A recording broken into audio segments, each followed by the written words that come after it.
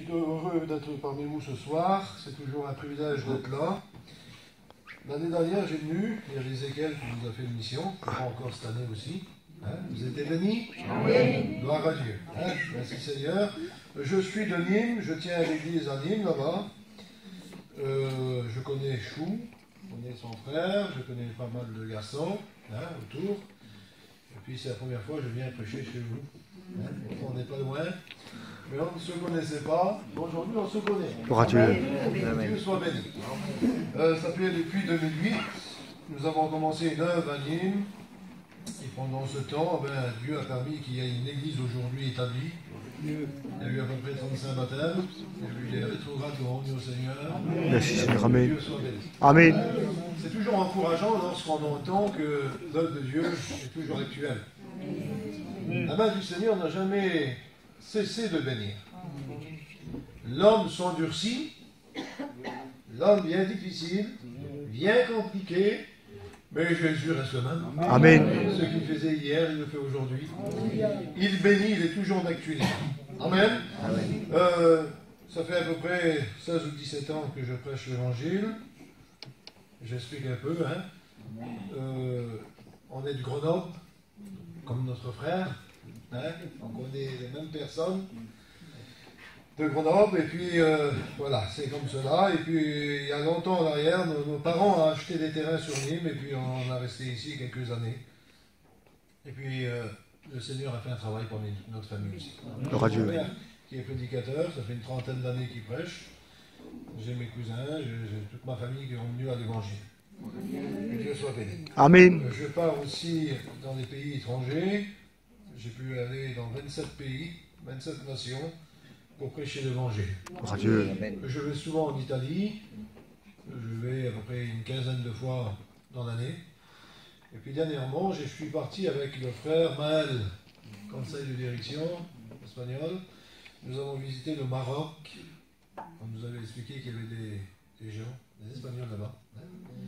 Et puis on a tourné un peu, on a eu quelques contacts, et puis on doit retourner aussi là-bas, prier pour qu'on trouve des gens et qu'ils acceptent la parole de Dieu. Il y en a de partout, des gens. Je viens de la Sardaigne il y a une quinzaine de jours, et puis là-bas il y a la famille de Ville. Au temps de la guerre, un homme, il s'appelait Paul Duville, il est parti en Sardaigne, il est passé par la Corse, et puis il a été en Sardaigne avec 19 enfants. Et puis aujourd'hui, ils sont 300-400 Duville, en Sardaigne. Alors on a eu l'occasion de leur apporter l'évangile, ils ne connaissaient pas.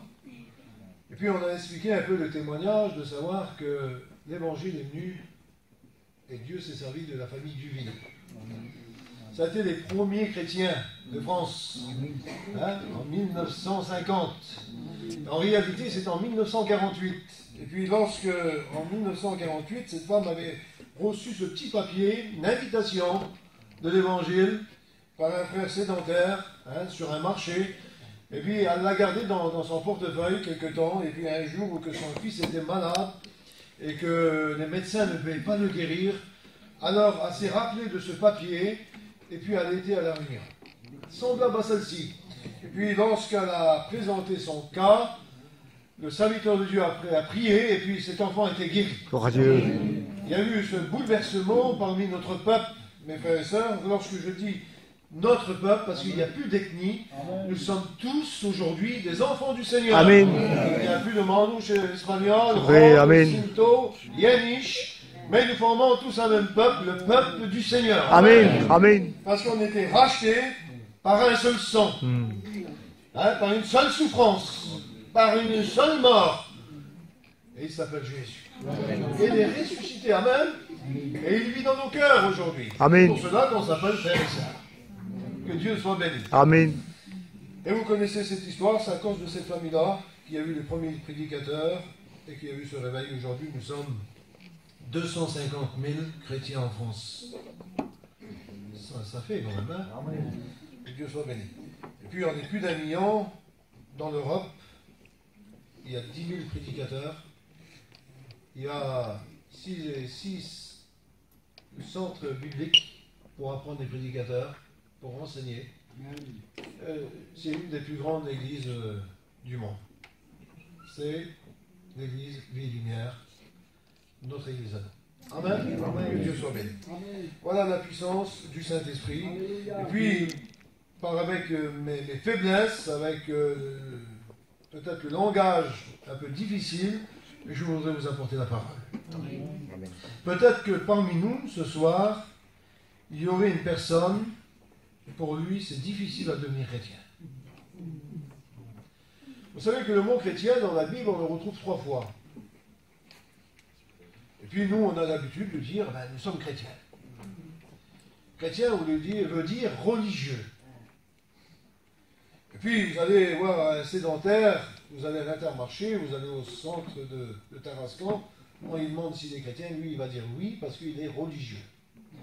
Mais en réalité, notre nom à nous, c'est enfant du Seigneur, c'est esclave de Jésus-Christ. Pas l'esclave qui travaille pour rien aboutir et par obligation, mais nous sommes esclaves au service de Dieu.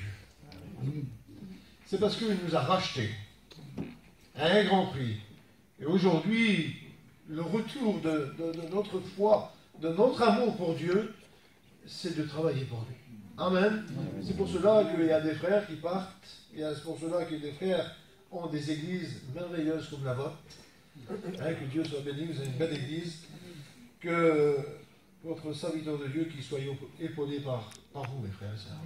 Il est important de soutenir votre serviteur, que Dieu soit béni. Vous voulez qu'on prie le Seigneur quelques instants? On demande sa grâce, afin que Dieu puisse trouver les chemins des cœurs. Je voudrais qu'on le fasse ensemble. Et je demanderai à notre frère ancien aussi, Chou, s'il vous plaît. Merci déjà pour ta parole.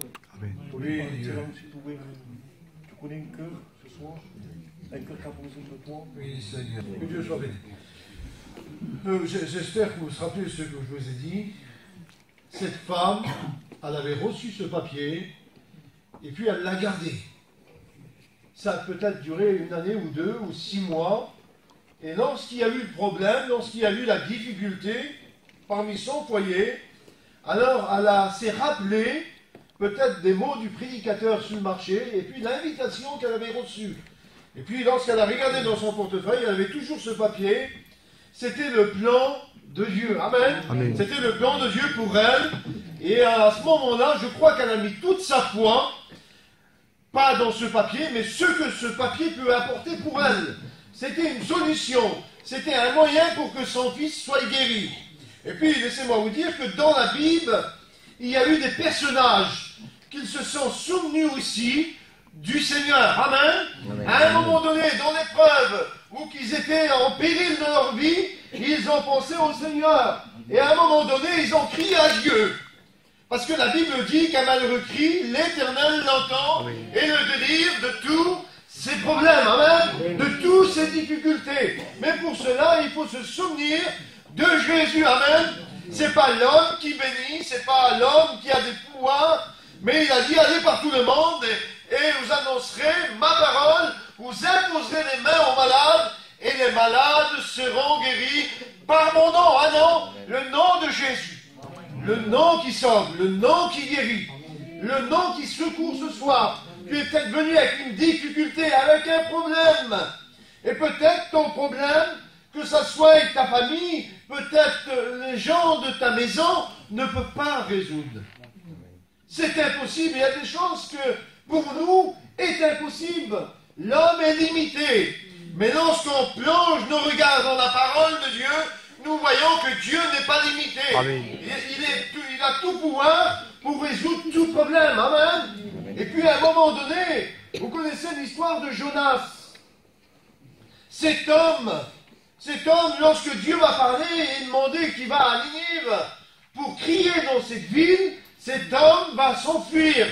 Parce que pour lui, c'était quelque chose de trop grand. Et puis lorsqu'on regarde la parole de Dieu, ça a été le premier missionnaire. C'était Jonas. Et puis sûrement que le diable a dû parler dans ses oreilles, a dû mettre le trouble, parce que s'il y a Dieu, il y a le diable aussi. Et puis lorsque Jonas a désobéi, vous connaissez l'histoire, il est parti à Tarsis, hein. Et puis là, il a pris un bateau, il a payé le prix pour s'enfuir. Bien souvent, de fois, lorsque Dieu parle dans les cœurs, lorsque Dieu veut se manifester dans les cœurs, pour peut-être changer ta vie, pour peut-être transformer ton cœur, ou peut-être de t'engager dans les choses de Dieu, on dirait que tu veux t'enfuir. Pourtant, tu aimes les réunions, tu aimes les chants, tu aimes même la parole de Dieu. Mais on dirait que dans ton cœur, il y a des choses qui sont contraires, et ces choses contraires t'éloignent de la présence de Dieu, de la maison du Seigneur. Alors lorsque tu vas pas bien, lorsque tu es angoissé, lorsque tu es triste, lorsque tu passes par un problème, tu vas à la réunion. Mais lorsque tu vas trouver, je pourrais dire, un secours, quelque temps après, on ne te voit plus. Et tu es comme cela. Mais le Seigneur veut te rappeler que ce soir, il te veut. Gloire à Dieu. Et laissez-moi vous dire, lorsque Dieu veut quelqu'un, laissez-moi vous dire, il le trouve. Amen. Jonas, il s'est enfui. Et à un moment donné, connaissez l'histoire, dans cette tempête, dans cette difficulté, les gens vont le jeter hors du navire. Et puis, la Bible nous dit qu'il y a un gros poisson va l'emballer et puis il va partir dans les plus profonds de la mer. Il dit qu'il va se trouver, je pourrais dire, en dessous des montagnes. Et puis là, plus personne ne peut le voir. La Bible nous dit qu'il y avait de l'eau jusqu'à la mâchoire. Quelque chose de terrible. Dans le ventre du poisson, au plus profond de la mer. Et en plus, il avait de l'eau jusqu'à la mâchoire. Quelque chose de terrible. Pour lui, il n'y avait plus personne qui pouvait le secourir. C'était impossible. Et à un moment donné, il s'est rappelé du Seigneur. Amen. Amen. Il s'est rappelé que Dieu existait. Il s'est rappelé que Dieu pouvait entendre sa prière et que Dieu pouvait exaucer sa prière. Peut-être qu'on vit des moments difficiles où que le diable a essayé de nous détruire. Et puis on est là et puis on essaye de combattre de soi-même. Vous savez, lorsque les disciples ils étaient dans cette barque, Jésus était aussi dans cette barque. Et merci Seigneur que Jésus était dans la barque. Même s'il dormait, merci Seigneur qui était là. Vous savez, l'eau dans la barque, c'est la mort. Mais Jésus dans la barque, c'est la vie. Amen. Amen. Et puis, laissez-moi vous dire, lorsqu'il a eu cette tempête, ils ont essayé de se débrouiller soi-même. Et puis d'enlever peut-être l'eau de la barque. Mais le vent, la pluie était tellement forte qu'à un moment donné, leur force leur manquait. Peut-être tu as plus de force. Tu as plus ce courage à venir à l'évangile. Peut-être à un certain moment, tu avais le zèle, tu avais le courage de venir à l'évangile, mais quelque chose t'a arrêté. Et puis eux, lorsqu'ils vont essayer de se débrouiller soi-même, et à un moment donné, ils manquaient de force, de solution. Et puis là, c'était impossible à l'homme, c'était impossible pour eux de s'en sortir, mais Jésus était dans la barque, amen. Et puis lorsqu'ils ont crié à Jésus, Jésus s'est levé, il a menacé la mer, il a menacé le vent, et la Bible nous dit que le calme est venu, amen.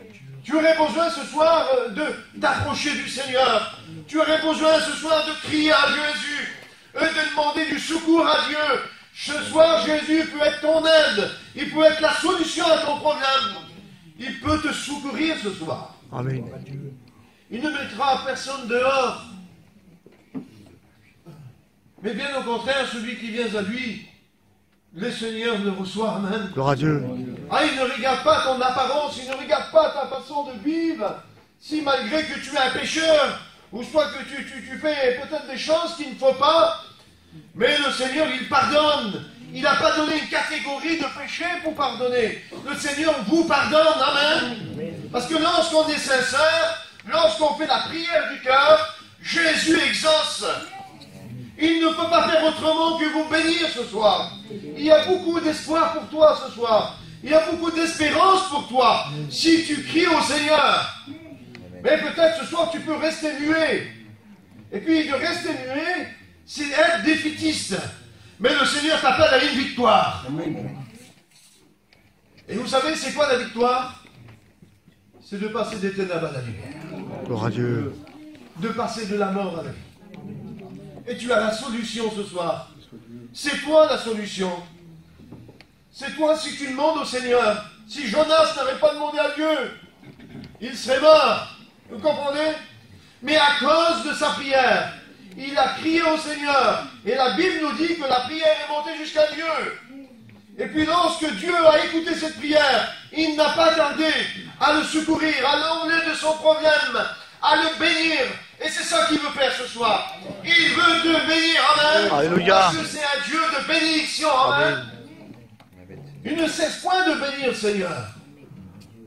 Vous savez, aujourd'hui, on entend, il y a beaucoup de maladies, beaucoup de choses qui se passent. Dernièrement, il y a un garçon qu'on a appris hier, on est à la rencontre de prédicateurs à Avignon, et puis un petit garçon de 16 ans est malade. Il a reçu ses examens, et puis il a cette maladie, elle est généralisée en lui. Et puis il est condamné. Je peux vous dire, ça c'est un désarroi. On pourrait représenter cette chose-là comme les murailles de Jéricho. Et puis lorsqu'on voit les montagnes, les murailles de Jéricho, il n'y a plus de solution. Parce que dans cette ville, on ne peut pas y rentrer, ni y ressortir. Et laissez-moi vous dire, on peut être le guerrier qu'on veut. On peut être l'homme le plus fort du monde. Lorsqu'on apprend cette chose-là, on n'est pas grand-chose. C'est vrai. Mais si on a Jésus, Amen. vous savez, il y a une chose. Les murailles de Jéricho, ils ont été écroulés, consumés, la Bible dit. Et puis, lorsque Josué va recevoir la solution pour que ces murs tombent, pour que ces murailles tombent, il va dire, Josué, toi et le peuple, vous allez tourner pendant 6 jours. Une fois par jour. Pendant 6 jours. Puis lorsque vous allez tourner pendant 6 jours, une fois par jour, le 7e jour, les sacrificateurs, l'âge de l'alliance, les prêtres, ils vont tourner pendant une journée 7 fois. Et puis lorsqu'on regarde cette histoire, nous voyons que le chiffre 6, c'est le chiffre de l'homme. C'est la part de l'homme. Et pendant 6 jours, il a fallu que ces hommes aillent leur part pour être bénis, pour que ça soit exaucé, pour que ces murs tombent. Si tu veux être béni, il faut qu'il y ait ta part. Et ta part, c'est de t'approcher du Seigneur. Et puis lorsque ces gens, ces hommes, ce peuple ont tourné pendant 6 jours, ça a été difficile pour eux. Et vous, du 7e jour, le chiffre parfait, le chiffre 7. Ça, c'est la perfection, la plénitude. Et puis, la Bible nous dit qu'ils ont tourné 7 fois. Et les murs ont été consumés. C'est plus des hommes, là. C'est Dieu. Dieu est parfait. Dieu est dans la plénitude, amen. Mais il veut aussi que qu'il voie tout simplement ton effort. Vous savez, lorsqu'on dit des fois, s'il y a quelqu'un qui veut accepter le Seigneur, qui lève sa main, en réalité, lorsque tu lèves ta main avec ton cœur, c'est ton effort que tu fais. Et puis lorsque tu fais ton effort, alors le Seigneur te bénit après. Vous savez, un jour j'étais dans une mission. Et puis je visitais, je regardais un peu, j'invitais les gens. Et puis j'ai passé vers une caravane, il y avait un novembre monté, et puis il y avait un frère qui était là. Je croyais que c'était un frère, moi, parce que ils sont 2 jumeaux. Et puis je me suis trompé de garçon. Et puis c'est les mêmes. Alors j'ai été vers lui, j'ai dit mon frère, j'ai dit, tu sais que dans une demi-heure il y a la réunion. Hein. Il dit mon frère, tu te trompes, c'est pas bon. C'est mon frère qui est derrière, lui il est chrétien, moi je suis pas chrétien. Ah ben je lui dis, écoute, tu devrais venir aussi à la réunion. Parce que aussi c'est pour toi la réunion, viens mon frère. Il dit écoute, ça fait 25 ans que je vais aux réunions. J'ai levé ma main 50 fois. J'ai jamais rien reçu. Il dit, il y a 20 ans que je dors plus la nuit, que je suis angoissé, que j'ai de la haine dans moi. C'est difficile.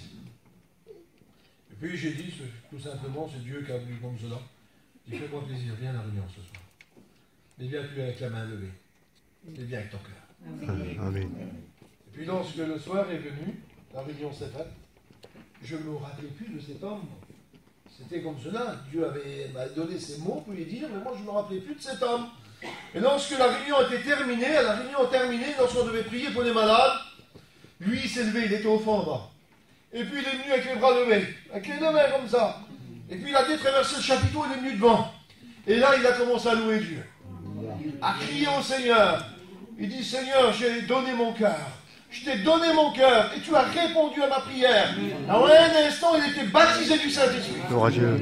Quelque chose d'extraordinaire. Et puis de là, lorsque la réunion était terminée, il était bouleversé dans son cœur. Il pleurait, il n'arrêtait plus de pleurer, il était béni comme une chose terrible. Et puis là, il nous a suivis. Le dimanche, on est parti avec les caravanes, il nous a suivis. Et puis 15 jours après, on l'a baptisé. Vous voyez que Dieu a un plan. C'est lorsqu'on prend en considération la parole. Lorsqu'on met en pratique la parole. Ça, c'est la foi. Et contre la foi, Jésus ne peut pas lutter. Un jour, Jacob a lutté avec Dieu, et puis il a lutté avec la foi. Il a dit, je ne partirai pas de ce lieu sans que tu aies béni. La Bible nous précise que Jacob a lutté avec Dieu. Et il a été victorieux envers Dieu. Comment qu'un homme peut être victorieux envers Dieu? Il n'y a pas plus fort que Dieu, il n'y a pas plus grand que Dieu. Il est le créateur de tout. Mais à cause de la foi, Dieu s'est plié à la foi. Et ce que tu pourrais recevoir ce soir, si tu mets ta foi en pratiquant ta foi. De dire, Seigneur, je ne te vois pas. Je ne te ressens pas. Mais Seigneur, je fais un acte de foi, je te donne mon cœur à toi. Rappelez-vous que cet homme est venu, que son fils était possédé depuis longtemps. Ça faisait des années que cet enfant était possédé. Dès son enfance, était possédé cet enfant. Et il n'y avait plus de solution pour lui. Bien souvent de fois, il s'est jeté dans les feux. Il s'est jeté dans l'eau. Le diable voulait le tuer, le diable voulait le détruire. Et puis cet homme, il n'y avait plus de solution. Le diable avait pris l'emprise de son enfant.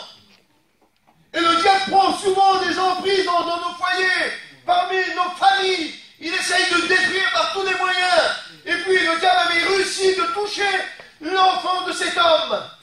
Mais à un moment donné, il a su que Jésus était le libérateur, qu'il avait le pouvoir de chasser les démons. À ce moment-là, il s'approchait de Jésus. Amen. Et puis il a dit, Maître, toi tu peux. Toi tu peux le délivrer. Et laissez-moi vous dire que Jésus l'a délivré. Gloire à Dieu, alléluia. Et puis ce soir, il y a des choses peut-être qui ne sont pas bonnes dans ton cœur. Tu as peut-être de l'amertume. Tu as peut-être... Vous savez, il y a beaucoup de gens aujourd'hui qui n'aiment pas l'évangile. Vous savez pourquoi? C'est parce qu'ils ont été déçus une fois. Oui, mais un tel, ça n'a pas été. C'est à cause de ces gens-là que je n'ai plus à l'évangile. Le chrétien n'est pas assez bon. La chrétienne n'est pas bonne. Ça ne va pas. C'est la réaction de l'homme. Mais lorsqu'on regarde un homme, ça ne va pas non plus. Malheur à l'homme qui se confie en l'homme. Amen. Mais heureux à l'homme qui se confie en Dieu. Amen. Amen. Amen. La solution n'est pas envers l'homme, mais en Jésus-Christ. Amen. C'est Jésus qui bénit ce soir. Amen. Alors de la façon que tu es venu, avec le problème que tu es venu, sais-tu que Jésus va faire quelque chose pour toi? Jésus est rempli d'amour pour toi. Mais c'est à toi de le faire. Ne remets pas à demain ce que tu peux faire ce soir. C'est ce soir le jour de la bénédiction. Je ne te laisserai pas partir de ce lieu sans que tu aies béni, Seigneur. Si tu mets ta foi comme cela, le Seigneur te bénira. Nous avons un Dieu d'amour. Amen. Il peut agir dans ton cœur. J'ai parti en Israël, je le dis souvent, ce témoignage, je ne suis pas trop long. Hein? Après, je parle encore longtemps et puis j'arrête. J'étais en Israël, Et puis lorsque j'étais en Israël, il y avait des garçons qui étaient là avec moi, que je ne connaissais pas. C'était des garçons de la Bretagne, et puis ils avaient venu pour se promener en Israël, et c'était des païens. Et puis il y en avait un qui s'est battu avec son beau-père, son beau-frère. Et puis il avait coupé son beau-père, il avait coupé son beau-frère. Quelque chose de terrible. Et puis lorsqu'il est venu en Israël, c'était pour se distraire, c'était pour se promener. Et le soir, lorsqu'on était dans l'hôtel, j'ai parlé avec eux, je dis, vous êtes chrétiens? Ils disent, non, non, on n'est pas du tout chrétiens. On est là pour la promenade. Je dis, vous savez, vous allez faire des lieux avec nous. Réfléchissez bien. Essayez de comprendre la parole. Et j'ai dit tout simplement ces choses-là. Et lorsque, 2-3 jours après, on était au Mont Carmel. Et puis au Mont Carmel, lorsqu'on est au Mont Carmel, on voit la vallée d'Armageddon. Et puis le frère Tarzan, il prêchait, le père Ézéchiel, il prêchait et puis il expliquait ce qui allait se passer là, celui qui n'acceptait pas le Seigneur, c'était comme ça, le jugement des nations et tout ce qui s'ensuit. Et puis à ce moment-là, cet homme qui ne voulait pas de l'évangile a compris la parole. Alors il a fait arrêter le prédicateur. Il a dit, mon frère, je vais te poser une question. Si moi je n'accepte pas le Seigneur, je passe là avec mes enfants. Le frère a dit oui. Et celui-là qui n'accepte pas le Seigneur, il passe ici. Alors dit, cet homme a dit cela, il dit, moi j'accepte le Seigneur. Parce que je ne veux pas passer là. J'accepte le Seigneur. Gloire à Dieu. Quelque chose de merveilleux. Puis du moment qu'il a dit ça, il a été brisé par le Saint-Esprit. Pourtant, un homme qui ne connaissait pas l'Évangile, qui n'allait jamais aux réunions, lorsqu'il a compris la parole et qu'il a dit oui à la parole, il a été brisé par le Saint-Esprit. Gloire à Dieu. Et puis le soir, il est venu vers moi, il dit, Maï, il dit, il faut que tu défendes à mon beau-père et à mon beau-frère. Il faut que je demande pardon. Quelque chose de difficile, hein? Ça faisait 15-20 jours en arrière, il avait coupé son beau-père et son beau-frère. C'est dur de recevoir un pardon. Alors du coup, il a pris son téléphone et puis il a fait le téléphone de son beau-père. Et puis j'ai appelé. Il dit, voilà, je suis prédicateur Maï, je suis en Israël. Il dit, oui, t'es avec mon jambe. Oui. Et puis il a accepté le Seigneur. J'ai dit, oui. Eh ben, il veut le pardon. J'ai dit, oui, c'est ça qu'il veut. Eh ben, j'ai dit pardon. Gloire à Dieu. C'est un peu heureux de savoir que son jambe, ça les convertit à l'évangile. Puis il dit, t'es content aussi, garçon, qu'il était heureux, il pleurait, c'était quelque chose de terrible. Il dit, on va appeler mon beau-frère maintenant. Mais c'était quelque chose de plus difficile déjà là. Et puis je dis pareil à ce garçon-là, je l'ai au téléphone. Je dis, voilà, j'ai ton beau-frère qui est là, il veut te demander pardon. Il dit, je pourrais jamais l'accepter. Il m'a fait trop de mal. Je ne pourrais pas. Et puis en parlant avec lui, et avant de raccrocher, il dit quand même, tu diras à mon beau-frère qu'il ramène une Bible d'Israël. C'est qu'il avait besoin aussi dans son cœur. Et puis, je l'ai baptisé là-bas en Israël, il est reparti chez lui. Et puis 1 an après, je sortais de la Suisse avec ma caravane. Il y avait une mission, je me suis arrêté dans cette mission-là. Et puis il y a une voiture qui est arrivée en face de moi. Et puis là, ils se sont arrêtés au niveau de ma caravane. Et puis j'ai reconnu le garçon qui était au volant. C'était lui, c'était celui qu'ils avaient baptisé. Alors du coup, j'ai sorti, je lui ai dit bonjour. Il dit, tu sais qui est à côté de moi? Il dit, il y a mon beau-frère. Gloire à Dieu. On s'est réconciliés. Amen. Il est devenu chrétien. Et puis ce garçon-là, il est sorti de l'auto, là, tout joyeux. Il m'a pris dans les bras, mais comment vous ne pouvez pas vous imaginer? Seigneur, Jésus avait intervenu dans ce foyer, dans cette famille-là. Alléluia. Pour que le diable avait cassé, qui avait détruit. On l'appelle le réparateur des brèches. Et il s'appelle Jésus. Amen. Amen. Il est parmi nous ce soir. Amen. Il veut réparer ton cœur. Il veut réparer dans ton foyer peut-être. Il veut réparer dans ta famille. Parmi tes enfants, parmi ton foyer, ta femme, ton mari. Le Seigneur veut réparer. Il est le réparateur des brèches. Amen. Amen. Et puis il sait réparer. Parce qu'il sent les cœurs et les reins. Il sait tout, il connaît tout. Il sait comment tu es rentré. Il sait comment tu vas ressortir aussi. Mais pour obtenir ce soir, il y a ta part, mon frère, ma soeur. Reconnais Jésus comme ton sauveur. Amen. Reconnais Jésus comme ton Gloire libérateur. à Dieu. Amen, Seigneur. Et puis si tu le fais ce soir, ah ben le Seigneur va te bénir. Veux-tu être béni ce soir? Amen. Alors fais comme cette femme, elle a touché tout simplement le bord du vêtement de Jésus. Et elle a été délivrée à l'instant même. Amen, Seigneur. Elle a eu l'effort de le faire. Ben, ce soir, il y a ton effort. Amen, Seigneur. Et puis l'effort, c'est de venir à Jésus. Alors on va prier, Seigneur. Et puis je voudrais que mes frères puissent chanter un cantique. Et puis s'il y aurait une personne peut-être ce soir qui voudrait faire une expérience avec le Seigneur, Gloire à Dieu. de dire que le Seigneur est le réparateur des brèches. Il est la solution à ton problème. Et vous savez, aujourd'hui, nous vivons des temps de problèmes, des temps de difficultés. Aujourd'hui, il n'y a plus cette unité parmi les foyers, parmi la famille. Il y a beaucoup de haine, beaucoup de problèmes. Et puis que nous connaissons l'Évangile, nous connaissons la plus belle des choses. C'est l'Évangile, c'est Jésus. Alors ce soir, il veut réparer dans ton cœur. Il veut réparer ce qui a été brisé. Et pour cela, ce soir, il faut demander au Seigneur. Amen. Alors je voudrais qu'on prie le Seigneur quelques instants. On ferme nos yeux, on prie le Seigneur. Nous sommes devant toi, Seigneur. Amen. Nous voulons louer ton nom. Il est vrai, Seigneur, comme ta parole le dit.